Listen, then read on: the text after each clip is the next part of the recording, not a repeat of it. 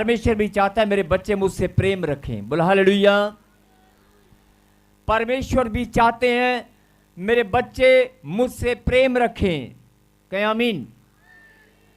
उस खुदावंद यीशु मसीह के लिए जोरदार ताली बजाकर धन्यवाद दें। मैंने कहा जोरदार तालियों के साथ।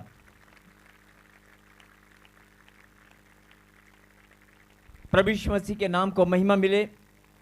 मेरे खुदा मैं धन्यवाद करता हूं प्रभु जी कि आज फिर प्रभु आपने हमारे जीवन में एक नया दिन जोड़ दिया है और आज विश्राम दिन को पवित्र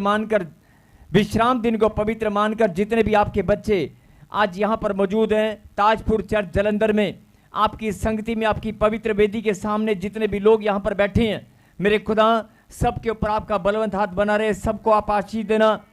और जितने भी लोगों को प्रभु जी आपने चुन चुनकर हिंदुस्तान के कोने से इकट्ठा होने का मौका दिया है, जिन लोगों को प्रभु जी आपने अपनी महिमा के लिए बुला लिया है अलग अलग राज्यों से, और जो लोग इस समय अलग अलग ब्रांचों में ऑनलाइन देश विदेश की धरती से इस समय जुड़े हैं, मेरे पिता मैं सबके लिए प्रार्थना करता हूं, सबको प्रभु जी आज आपने अपनी महिमा होने के लिए, अपनी महिमा लेने के लिए इकट्ठा होने का अवसर दिया है।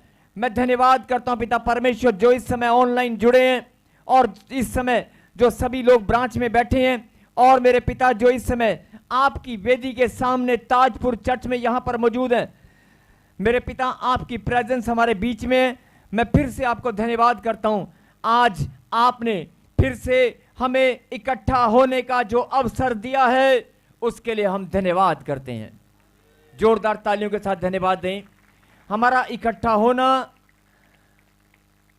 सुनहरा अवसर, बहुमूल्य, ये जो टाइम प्रभु ने हमें जीवन में दिया है, प्रभु की इच्छा के बिना कोई इकट्ठा नहीं हो सकता, कोई कहीं जा नहीं सकता, आ नहीं सकता। अगर परमेश्वर ने हमें इकट्ठा होने का अवसर दिया है तो कलाम के अंदर लिखा अवसर को बहुमूल्य समझें। बोलो आमीन।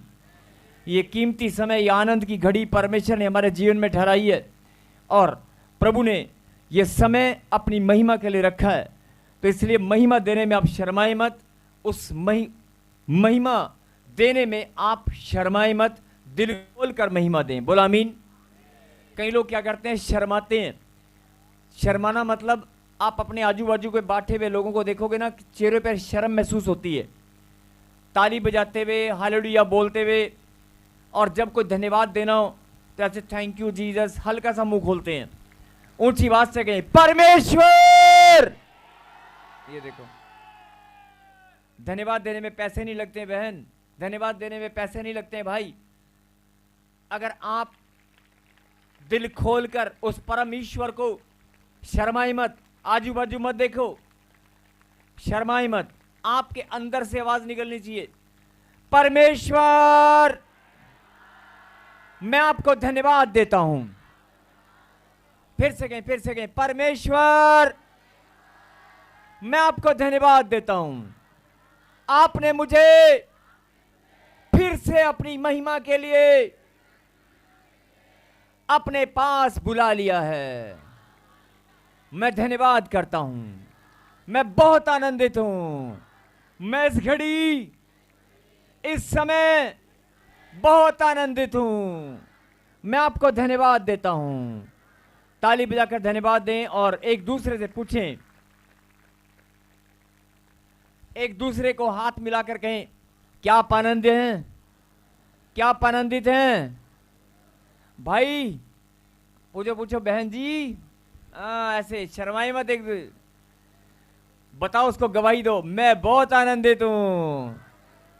यस, जो एक दूसरे से पूछ रहे हैं, एक दूसरे को बता रहे हैं, उनके जीवन में आनंद और ज्यादा बढ़ने वाला है। और कई लोग पहली बार आते हैं, और बुरा मत मानना, लेकिन उनका चेहरा ऐसा सड़ा हुआ होता है ना, ऐसे मुंह फुला के बैठते हैं, जैसे ऐसे बैठते हैं जैसे ना बस देखते रहेंगे इधर उधर हो क्या रहा है।